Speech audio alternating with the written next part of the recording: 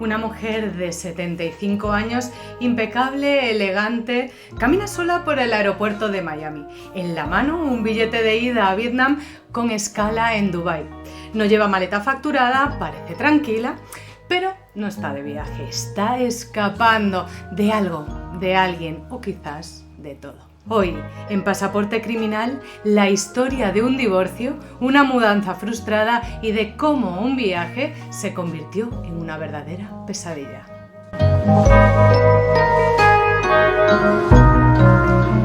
Pasaporte Criminal, un podcast de crímenes a viajeros y viajeros criminales que te dejarán helado.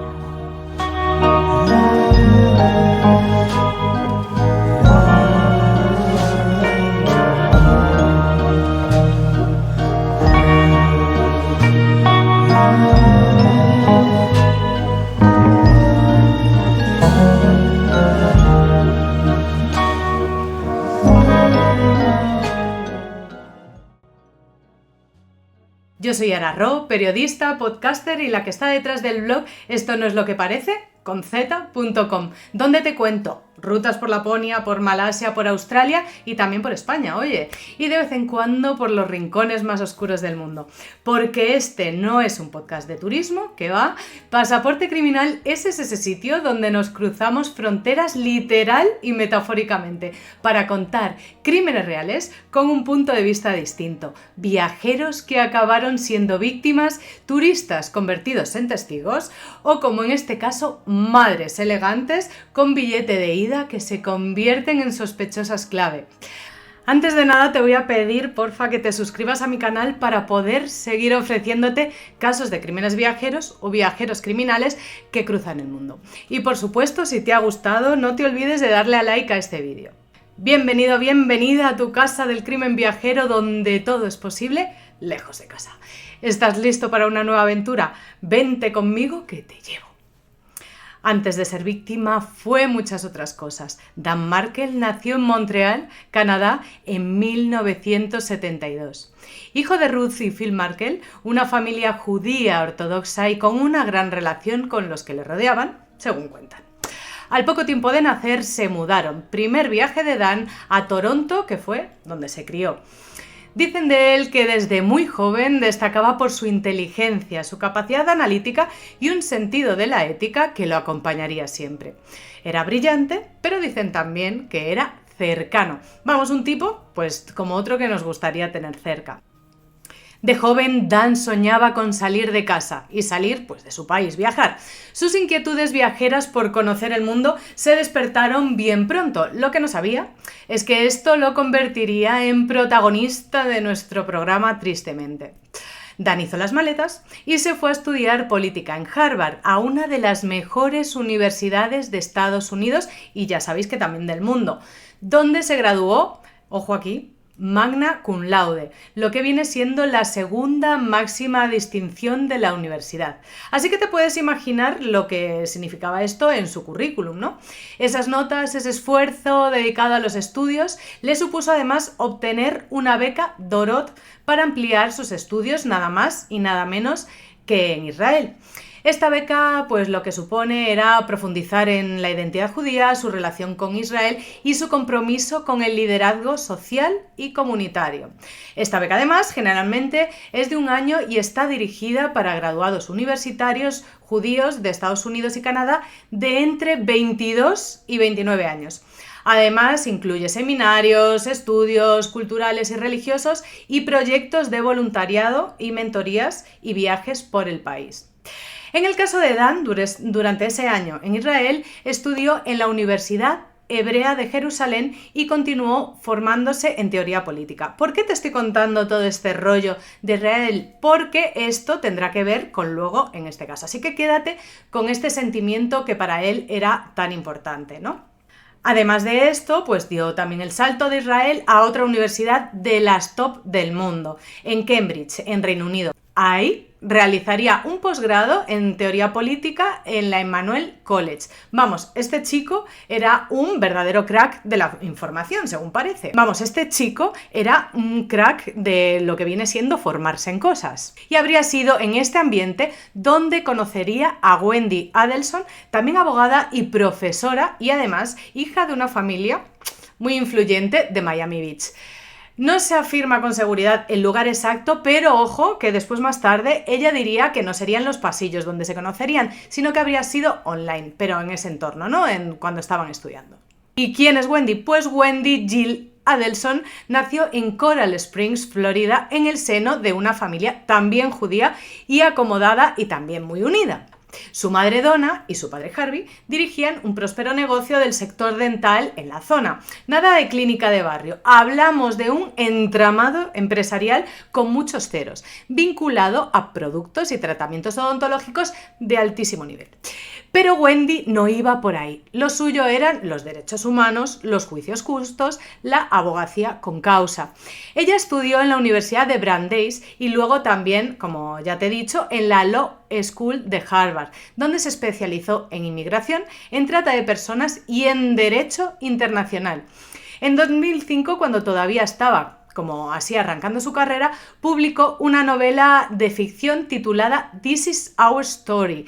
No era un bestseller, pero sí era un retrato como idealista del trabajo de las clínicas jurídicas que ayudan a mujeres inmigrantes en situaciones de abuso. Era, vamos, como su forma de aportar, de comprometerse y de proyectar el tipo de abogada que quería ser. Tras graduarse, se mudó a Tallahassee, donde empezó a trabajar como profesora clínica de Derecho en la Florida State University. Y fue allí donde conoció a Dan Markel. Se casaron en 2006, tuvieron 2 hijos y durante ese tiempo lo que compartían no era solo casa e hijos, sino trabajo, porque él era profesor también allí y en casa pues se llevaban esos debates intelectuales que tanto le gustaba. Pero ya sabes, la teoría es una cosa, la vida otra muy distinta. Lo que te quiero comentar en resumen es que laboralmente eran una pareja con un éxito profundo. Pero como dicen las abuelas, en todas las casas cuecen habas, pero en esta podría ser, os lo digo de verdad, un auténtico festival asturiano. Porque la cosa acabó como acabó. Bueno, su historia tuvo un final y la de él tuvo otro peor. En septiembre de 2012, Wendy Adelson le pide el divorcio a Dan Markel. Llevaban 6 años casados, tenían 2 hijos, como te he dicho, y aunque desde fuera eran la pareja académica perfecta, por dentro estaba todo bastante más tenso.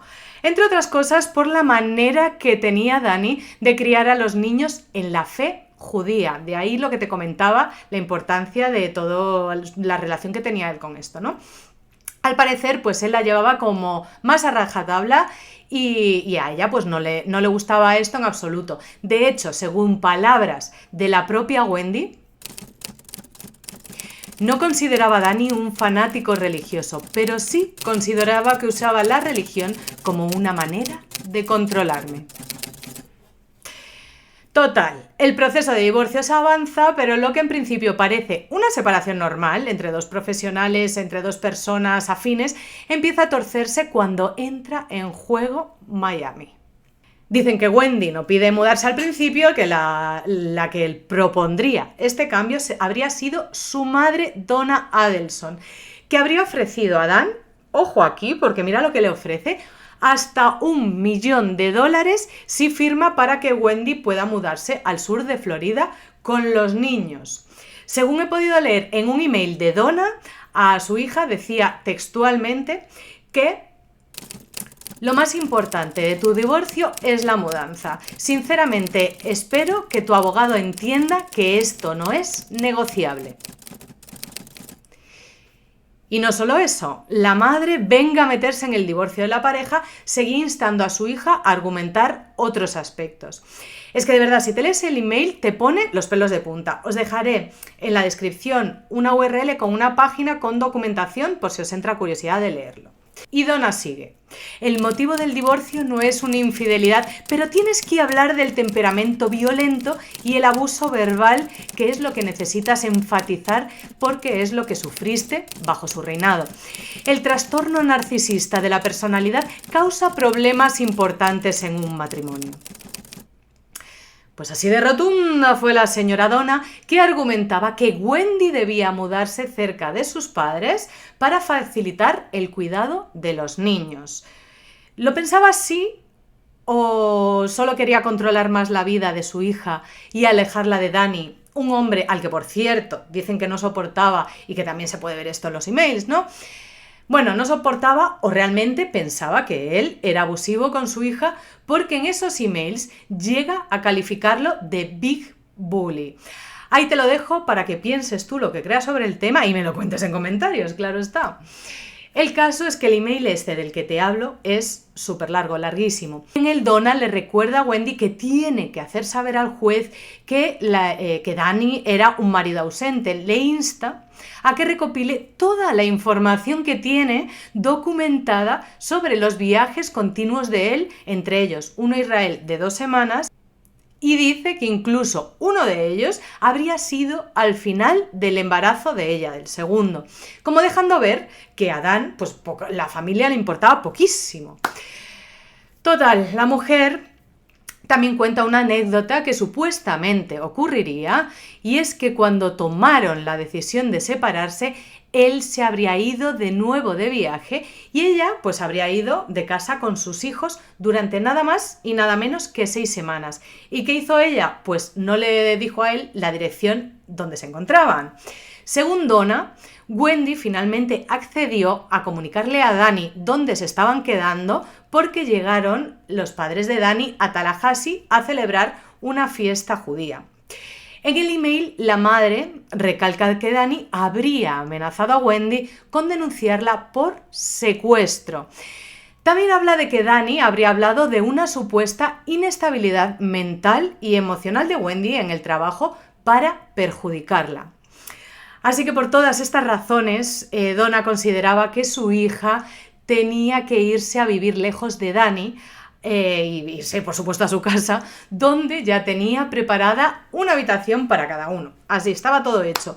Y así cumpliría una doble intención. Por una parte, hacerle daño a él, y por la otra, tener a su familia cerca. ¿Afán controlador o amor inconmensurable? Cuéntamelo. Yo te digo que yo no lo sé. El caso, para que te hagas una idea, a pesar de que Tallahassee, donde vivía la pareja, y Miami, donde vivían los padres, los dos están en Florida, ¿no?, se separan 8 horas de coche. Entonces, pues como que no está muy a mano para desplazamientos cortos. ¿Y tú ahora qué piensas? ¿Caería Dan en las redes del entramado monetario de los Adelson o no? Te lo cuento. Pues si lo piensas, si Danny habría sido un padre ausente que le importaban poco sus hijos y demás, pues la cosa pinta a chollazo. Es decir, cuida de sus hijos, los abuelos, y solo tienes que ir a verlos cuando te corresponde, o llevártelos quizás unos días de vacaciones. Mientras, tu cuenta bancaria se infla y se incrementa en unos cuantos ceros. Si Danny hubiese sido así, como te digo, pues es un auténtico chollazo. Pero para sorpresa de absolutamente nadie, ni de la familia Adelson, Danny se niega, rechaza el $1.000.000. Ojito que esto le soluciona la vida a alguien. Pero claro, di tú que no me tiene nada de pinta que con el éxito laboral de este hombre, pues descalzo seguro que no iba. Y si a eso le sumas cambiar de ver a tus hijos a tener que conducir 8 horas para darles el beso buenas noches, pues igual te niegas, ¿no? Por ti misma, Wendy, estaremos aquí para ayudarte, pero no nos digas que lo que necesitas ahora es seguir adelante con una sensación de paz. Eso es rendirse. No creo que eso sea realmente lo que quieres hacer después de todo lo que hemos pasado juntas y cuando estás literalmente a unas pocas semanas de que esto termine. En junio de 2013, un juez dictó lo que ya sabes, que los niños se quedaban en Tallahassee. Pero lejos de calmar las cosas, esta decisión fue pura gasolina, porque Donna Adelson, la abuela, no se dio por vencida. Quería a sus nietos cerca, en Miami, con su hija y con los suyos, y Dan, pues era un obstáculo.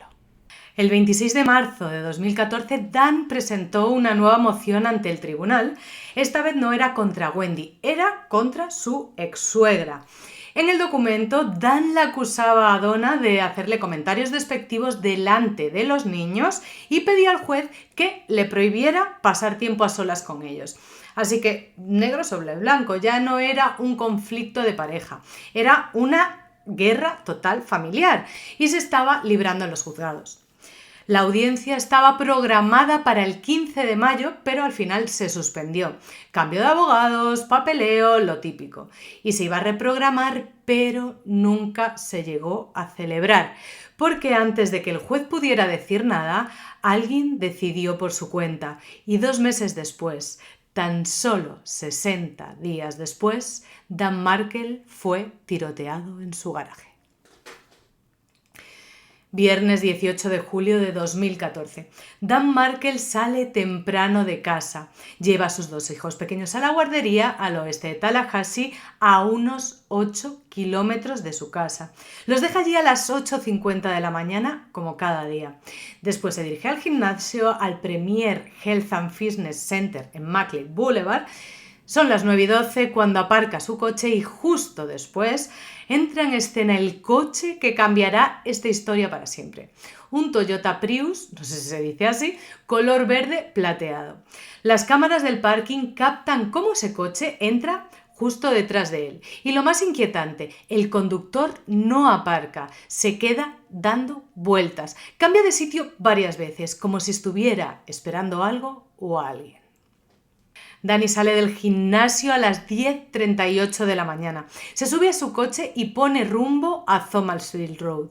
El Prius sale del parking detrás de él. Mismo camino, misma dirección.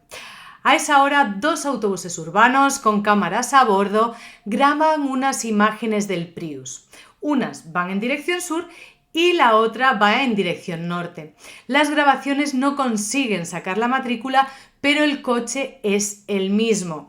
Un Toyota Prius del modelo que se clasifica entre 2006 y 2009 y en color Silver Pine Mica. Un tono que parece gris, pero que en realidad es un verde pálido metalizado. Tiene ventanillas tintadas, un transpondedor de Sampas en el parabrisas y ahora es cuando dices tú que qué narices es un transpondedor. Pues amiga, esto es el cacharrito que se pega arriba en el parabrisas y que sirve para pasar los peajes sin tener que parar a pagar. Aquí en España se llama Víate y en el país que me escuches no sé cómo se llamará o si existirá, pero básicamente eso, es un cacharro asociado a una cuenta bancaria que registra cada paso por un peaje y te lo cargan en tu cuenta. Esto es importante porque el cacharro del Prius iría asociado a una cuenta y esa cuenta iría asociada a un nombre. ¿Servirá esto de pista para luego? Ya lo verás. El caso es que las imágenes mostraban también el tapón del gancho de un remolque delantero perdido y el retrovisor negro solo del lado del pasajero. Una descripción, súper definida, quirúrgica, precisa. A las 11:03 de la mañana, Dan aparca en su casa de Benton Hills. Entra en su garaje y entonces le disparan en la cabeza, a quemarropa y dentro del coche. Tras el tiroteo, los agentes empiezan a tirar del hilo. El coche había seguido a Dan Markel, ese Toyota Prius verde plateado, empieza a aparecer por todas partes. Cámaras de semáforos, vídeos de autobuses, grabaciones del gimnasio. El coche es casi un personaje en sí mismo, pero lo que pone a todo el mundo en alerta llegó justo después. Cuando el asesinato sale en la prensa, un vecino de los Ashford Club Apartments en Thomasville Road llama a la policía. Cuenta que unos días antes del crimen, no sabe qué día exactamente, si lunes, martes o miércoles, pues vio un coche igualito al del caso, color gris azulado tipo Prius, aparcado en una esquina del parking. Eran 2 hombres, se bajaron del coche y dice que caminaron por un sendero que bordea una zanja de drenaje. Y adivina qué hay del otro lado de la zanja. Pues efectivamente la parte trasera vallada de la casa de la víctima, de Dan Markel.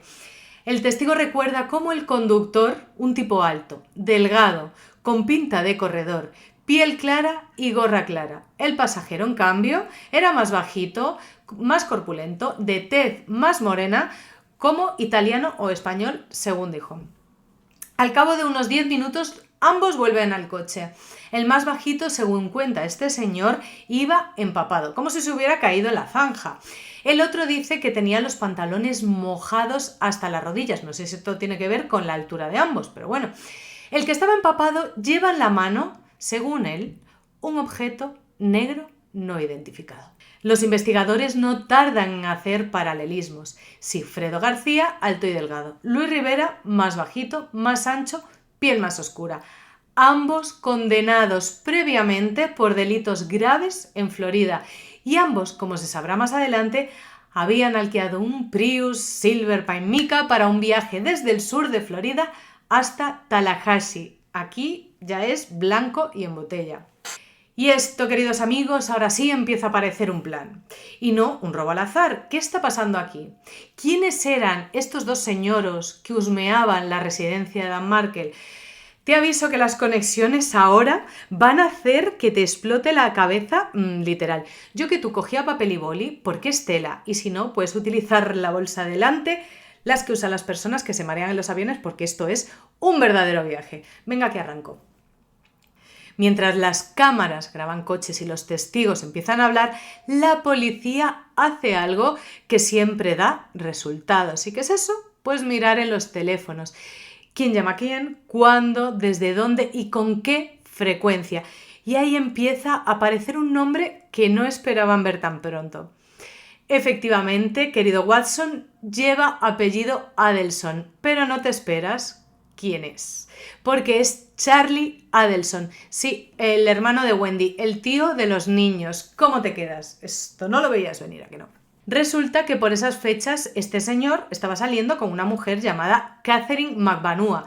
No hay un delito en eso, por supuestísimo, pero te vas a quedar de una pieza con el siguiente dato, y es que esa Catherine, esa mujer de Charlie, es a su vez madre de los hijos, oh Dios mío santo, la conexión que hay aquí, la madre de los hijos de Sigfredo García, el tipo alto, delgado que el vecino de Tallahassee describió vagando por un sendero trasero junto a otro tipo más bajito.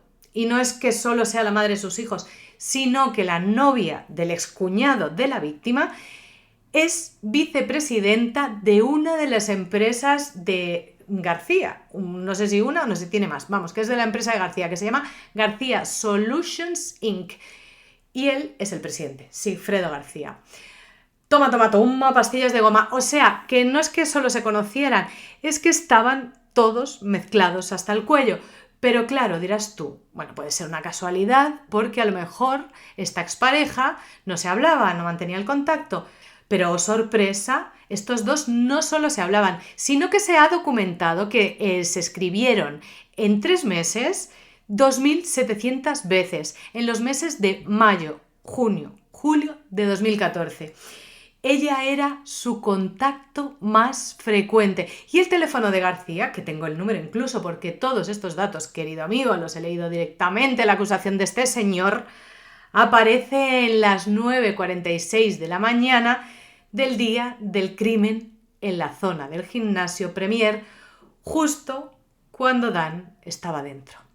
Y como era de esperar, el número de Luis Rivera, el otro tipo, también se localiza ese día cerca del gimnasio, y el día anterior lo pillan 2 veces cerca de casa de Dan, como si estuviera marcando el terreno. Y cuando todo termina, cuando Dan ya ha recibido el disparo y le han dado matarile, los teléfonos hacen lo que hacen siempre, dejan un rastro. Y ven que Rivera sale pitando de Tallahassee a North Miami. Los datos de su operador coinciden, la ruta encaja, los tiempos, vamos, total. Y el de García, como en todas las películas, después de comer directamente deja de emitir señales, silencio total, apagado, como si hubiera cumplido su función. Y con eso la policía ya no está investigando solo un asesinato, está desmontando un organigrama. Gracias a los datos de las compañías telefónicas, la policía reconstruye el recorrido. El 16 de julio de 2014 por la tarde, Luis Rivera y Sigfredo García salen rumbo a North Miami. Van rumbo al norte. Unas horas después, justo pasada la medianoche del 17 de julio, llegan a Tallahassee. ¿Cómo lo saben? Pues evidentemente por las torres de telefonía. Pero no solo eso, porque también hay un recibo de un motel.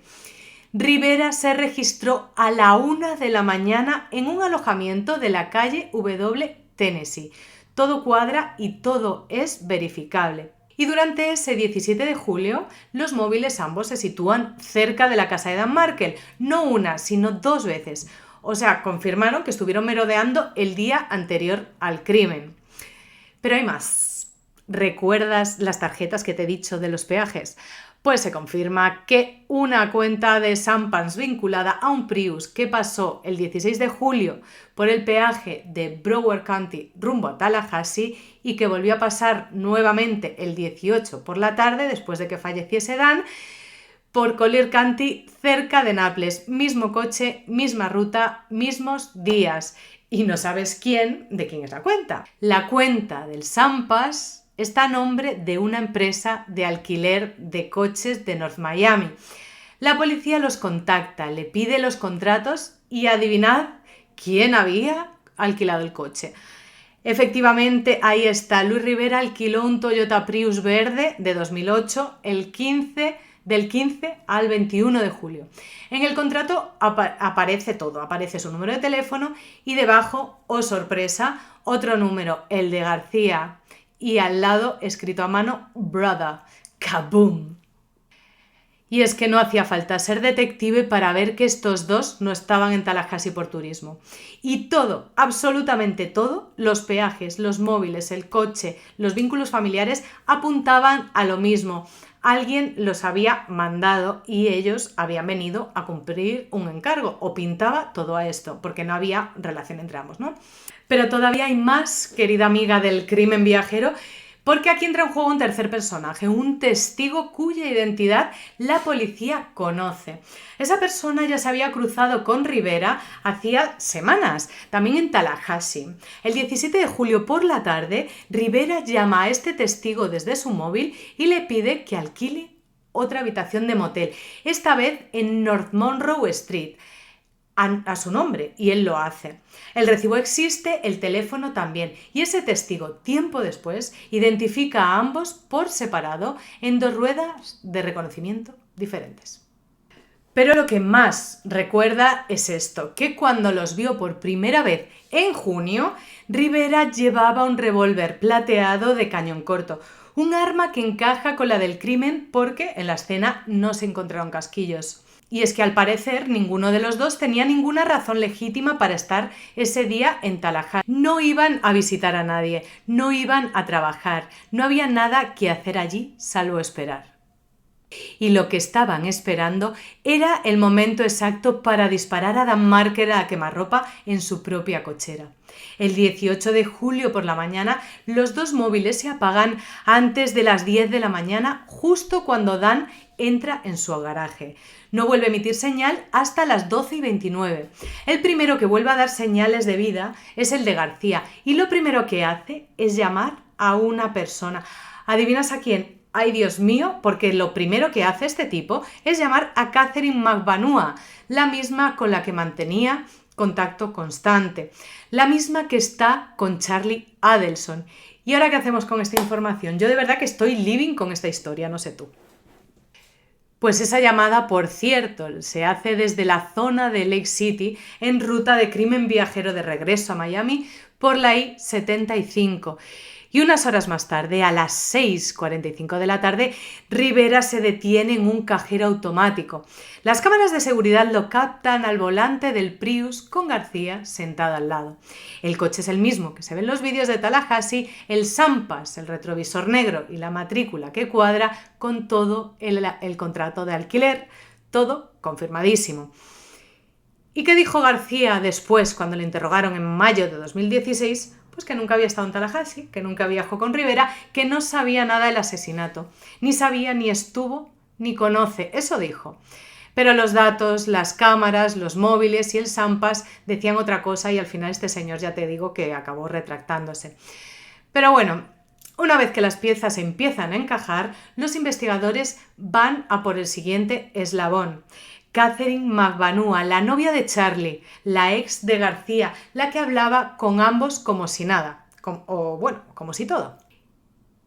Y lo que encuentran llama poderosamente la atención. Justo después del asesinato de Dan Markel, Catherine empieza a recibir dinero en efectivo a expuertas. No hablamos de nóminas ni de transferencias, sobres, billetes, dinerito físico. En los meses posteriores al crimen no solo no tiene dificultades económicas, sino que empieza a irle bastante y sospechosamente bien. También que deja su trabajo en un club nocturno y empieza a ingresar dinero regularmente en su cuenta. Pagos que según la fiscalía provenían de Charlie Adelson, aunque nunca directamente. Al parecer siempre en metálico y al parecer también siempre con escalas. Y entonces, en mitad de toda esta maraña de llamadas, cheques, regalos, depósitos, pues aparece un nombre que los investigadores no esperaban ver en este contexto. Y que tú estás esperando que yo lo diga. Un nombre que hasta entonces había estado en un segundo plano como una madre preocupada, como una abuela encantadora hasta ese momento.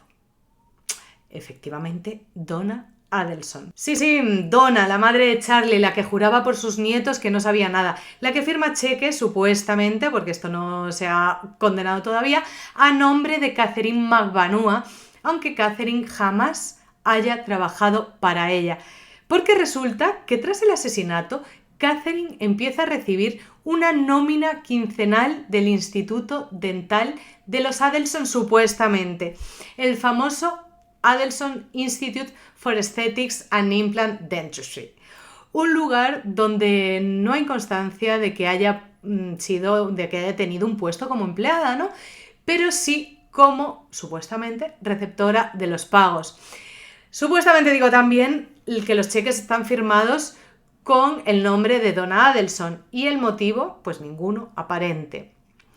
Y es que aquí no termina la cosa. Los registros financieros muestran que entre el asesinato y finales de 2015, Catherine ingresó más de $56,000 en efectivo, además de recibir regalos, cenas, viajes y dicen que otros caprichos que no cuadraban para nada con su estilo de vida anterior. Y ahora vamos con Donna y lo que ocurre el 19 de abril de 2016. Ha llovido, como podéis ver. Donna Adelson no está paseando a los perros ni está saliendo del súper. Está fuera del cole donde estudian sus nietos, los hijos de la víctima, cuando un agente encubierto se le acerca. Ella obviamente no sabe que es un agente, pero el tipo que hace muy bien su trabajo se acerca cual delincuente y le lanza un anzuelo.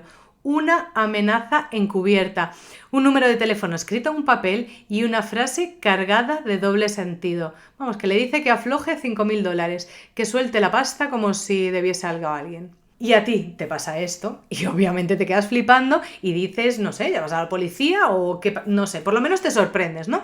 El caso es que la afable abuelita no pone cara de susto, ni de indignación, ni siquiera de sorpresa. Lo primero que hace es, sorpresa también, marcar a su hijo Charlie. Lo segundo, reunirse con él. Y lo tercero, callarse, porque sabe perfectamente de qué va todo esto. Y en ese sabe perfectamente es donde los investigadores se agarran con uñas y dientes. Lo que sigue es un festival de llamadas cruzadas. Donna llama a Charlie, Charlie llama a Catherine McVanua y Don y Charlie se ven, Charlie y Catherine también. Todo esto sucede en menos de 24 horas y en silencio, pero las líneas ya están pinchadas. Durante semanas la policía monitoriza las llamadas de Charlie y también de Catherine. No solo hablan entre ellos, hay una constante que se repite una y otra vez. Donna parece que está detrás de todo, siempre aparece y siempre lo parece, siempre está al tanto y lo más fuerte, su ubicación en cada uno de estos encuentros resulta clave, porque no solo sabían lo que decían, sabían también desde dónde lo decía. Esta trampa, este teatrillo frente al cole, marca un punto de inflexión en esta historia, porque ahora ya no hay solo sospechas, hay también grabaciones, hay movimientos y hay pruebas. Pero es que queda un momento grandísimo, glorioso, que te va a encantar porque vas a decir, es que no me lo puedo creer. Y si no me crees, tú a mí sigue escuchando. El bueno de Charlie y la buena de Catherine, lejos de estar preocupados por lo que le ha contado la señora Donna el día anterior, se van a comer al restaurante Dolce Vita el 20 de abril de 2016. Un brindis por aquí, otro por allá, charlan, mueven los cubiertos, piden vino y en medio del menú, Charlie suelta una frase que es dinamita pura. Si tuvieran pruebas, ya estaríamos de camino al aeropuerto. ¿Qué te parece? No es una frase suelta, es la frase. Porque no dice no tenemos nada que temer, ni siquiera están equivocados. Dice que si tuvieran algo ya nos habríamos ido. Es decir, manifiesta un afán de fuga en caso de que los pillen. Muy fuerte. Y spoiler, sí les han pillado. Porque evidentemente conocemos esta conversación porque el FBI les ha puesto micros y escuchan cada palabra que hablan. Y a partir de aquí la cosa solo puede ir a peor. El 25 de mayo la policía da el primer golpe serio y comienza el show, señores. Detienen a Sigfredo García por el asesinato en primer grado, el mismo que ha viajado con ese Prius verdoso con cristales tintados, el mismo al que un testigo había visto empapado como si hubiera salido una alcantarilla detrás de la casa de Dan Markel. Sí, ese ahora ya no está paseando libre por Miami porque se encuentra esposado. Y la noticia corre como la pólvora y no es para menos. 2 años después del asesinato, por fin alguien cae. Pero esto no ha hecho más que empezar. El 1 de junio García es extraditado y comparece ante el juez.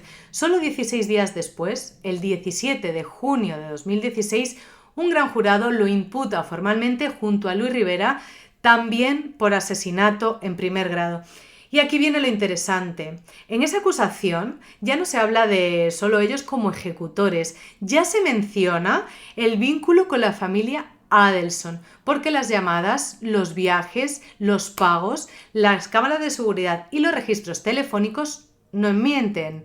Todo apunta hacia el mismo núcleo, a Catherine, a Charlie y también tienen ahí como en el horizonte a Mamadonna. El tablero ya está montado, las piezas han empezado a caer. Después de años, silencios incómodos y llamadas trianguladas y un asesinato que olía a encargo desde el minuto 1, también te digo, por fin alguien paga por el crimen de Dan Markel. Luis Rivera y Sigfredo García fueron juzgados y condenados a cadena perpetua tras confesar su crimen. Me estacioné justo detrás de él y García saltó y le disparó. Pero ni la madre de Dan, ni el fiscal, ni nadie con 2 dedos de frente creía que este tipo se hubiera levantado un día y dijera hoy me he levantado con ganas de cargarme a un profesor de Derecho en Tallahassee. Así que ya saltamos a abril de 2022. El caso resucita gracias al famoso audio de este restaurante que te he contado, que le dan como un empujoncito tecnológico, lo apañan y consiguen que la conversación entre Charlie y Catherine en ese restaurante se escuche nítida, clarísima, donde dicen, te lo vuelvo a decir otra vez porque es algo increíble, si tuvieran pruebas ya estaríamos de camino al aeropuerto. Ahora sí la tenían porque habían mejorado el audio y se escuchaba perfectamente, como te digo, tan perfecto como que iban a ir a por Charlie. Y él fue arrestado. Los cargos: asesinato en primer grado, conspiración y encargo de asesinato. Vamos, tenía el pack completo. Y detrás de él, efectivamente fue ella. Un mes después, Catherine McVanua también fue condenada a cadena perpetua. Y entonces McVanua empezó a cantar La Traviata, y no una cancioncita, un tracklist completo con bonus track incluido. Y llegamos a octubre y noviembre de 2022, durante las famosas Profers, que son una especie de reuniones entre abogados y fiscalía para llegar a un acuerdo, pero que no consta en declaración oficial. Catherine supuestamente habría confirmado punto por punto lo que sospechaban los fiscales. ¿Y qué es eso? Pues que la noche del asesinato, cuando fue a casa de Charlie a por dinero, que Donna Adelson había estado allí en ese mismo piso calentando el ambiente y que el dinero que recibió Catherine supuestamente ya venía bien limpito. Literalmente le dijo que lo había lavado su madre Donna, lo que aquí en España conocemos como blanquear, no lavar, y en Estados Unidos pues es esto del money laundry. De ahí la traducción literal que os estoy haciendo. Noviembre de 2023. Tras el veredicto de culpabilidad de Charlie, empiezan a interceptarse llamadas desde la cárcel Y ahí, en mitad de ese drama familiar estilo Shakespeare, versión Miami, Donna Adelson se estaría viniendo abajo. Esto supuestamente te lo digo porque la policía dice que ha recogido algunas conversaciones en las que dice que está poniendo todo en orden, supuestamente, creando fideicomisos, supuestamente también, asegurando el futuro de sus nietos. Y en otras, supuestamente dice también como que quiere quitarse de en medio o huir a un país sin extradición. Y como buena madre protectora que es Donna, elige huir. El 7 de noviembre, Donna y su marido Harvey compran billetes a Vietnam con escala en Dubái. Sin billete de vuelta porque, claro, Vietnam, a que no lo adivinas, no tiene tratado de extradición con Estados Unidos. Muy casual todo. Y el 13 de noviembre, esa noche, a las 8 de la tarde, justo cuando estaba a punto de embarcar el vuelo ECA 0214 a Dubái, Donna Adelson es detenida en el aeropuerto de Miami. ¿Llevaba maletas? Llevaba un teléfono móvil y cuando la agente del FBI intentó quitárselo, Donna forcejeó. Dijo que le habían dicho que no se lo diera a nadie. Ay, Donna. Y la policía dice que el teléfono puede ser clave, porque dentro podrían estar las transferencias, las reservas, las conversaciones, las claves de una fuga perfectamente planeada o quizás incluso algo más. Porque cuando tu plan para escapar a Vietnam se cae justo en la puerta del avión, sabes que en algún momento algo salió muy mal, pero que muy mal. El 11 de diciembre de 2023, Donna Adelson se planta ante el juez y se declara no culpable. Así, con todo el aplomo del mundo, como si no la hubieran detenido cogiendo un vuelo sin retorno a Vietnam. Como si lo de su hijo condenado, la nuera encarcelada y los pagos en B pues no fueran con ella, que no tenía ya nada que ver con esto. Pero el juicio, la verdad, no arranca nada fácil. Primero, en septiembre de 2024, su abogado se retira el mismo día que empieza la selección del jurado. Así que esto supone un caos total y también un nuevo retraso. En marzo de 2025, Donna pide la libertad bajo fianza, pero el juez lo deja clarísimo. Una señora que compra billetes a un país, con ida a un país sin extradición, pues no es una persona muy de fiar, ¿no? En mayo intentan recusar al juez. En junio, pedir que el juicio no sea en Tallahassee por exceso de cobertura mediática. En julio, que se excluyan pruebas clave como las llamadas o los viajes. Todo es denegado o se queda en espera. Y ya llegamos al pasado 15 de agosto, donde la trasladan a la cárcel del condado de Lyon. Y unos días después, el 19 de agosto, comienza por fin la selección del jurado. Más de 300 personas son convocadas y el juicio empieza. Y esta vez parece que la cosa pues que va en serio, ¿no? En el momento que te estoy locutando este podcast, que va a ser bastante antes de su publicación, ya ha declarado a su hija que tiene inmunidad para ello y aquí ha desvelado varias cositas. Seguro que ya la estabas echando de menos a ella porque, hombre, a todas luces, ella, exmujer de la víctima, sería quien tenía más ganas de hacer desaparecer a Dani. Pero la policía parece tener clarísimo que ella no es sospechosa. Así que ahora solo falta saber cuánto sabe para incriminar a su madre, que a todas luces parece la única que faltaría por condenar. Durante el juicio contra Donna Adelson, los fiscales llamaron a sus dos hijos, no solo a Wendy, sino también a Rob, el mayor, el que cortó lazos con su madre hace, atención, casi una década. ¡Qué curioso! Y cada uno dejó ahí lo suyo, porque si algo quedó claro en este juicio es que esta familia tiene más grietas que esas que ya no se tapan ni con dinero. Wendy Adelson subió al estrado y fue muy clara en lo que no sabía. Yo no ofrecí dinero a Markle, ni lo hizo mi familia que yo sepa. No tengo ninguna información sobre una conspiración. Sí, mencioné a mi hermano y mis padres en la primera entrevista con la policía como personas que podían estar enfadadas con Dan, pero no pensé que fueran capaces de algo así.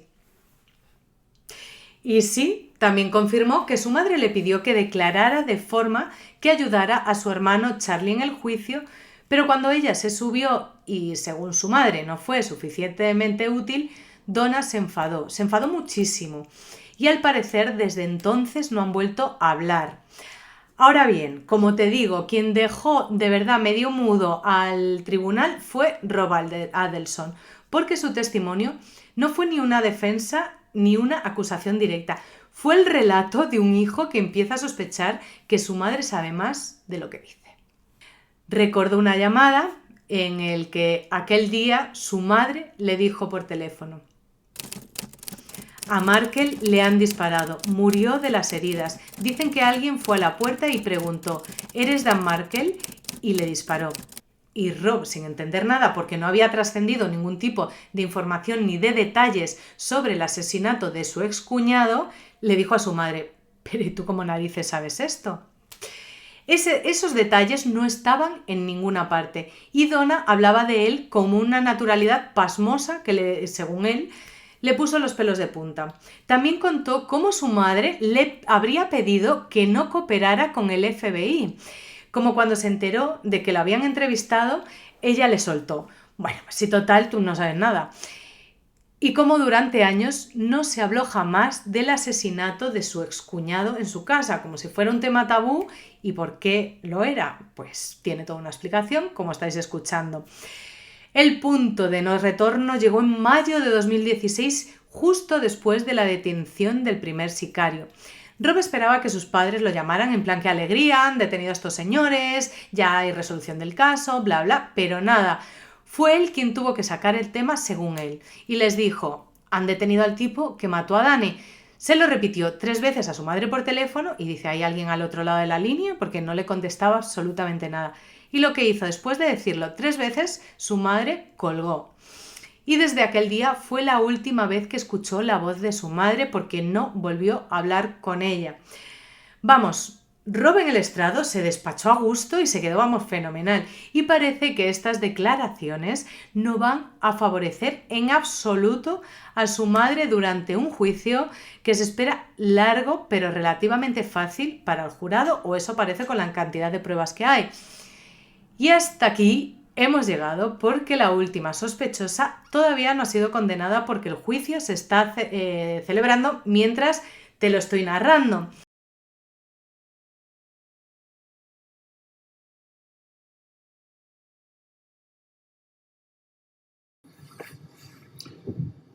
We, the jury, find as follows as to count 1 of the indictment: first-degree murder. The defendant is guilty of first-degree murder. Mrs. Adelson, control yourself. Pues bien, un día después de haber grabado el podcast llegó el veredicto para la señora Adelson, que sufrió pues una crisis nerviosa cuando escuchó la resolución del primero de los cargos. Culpable.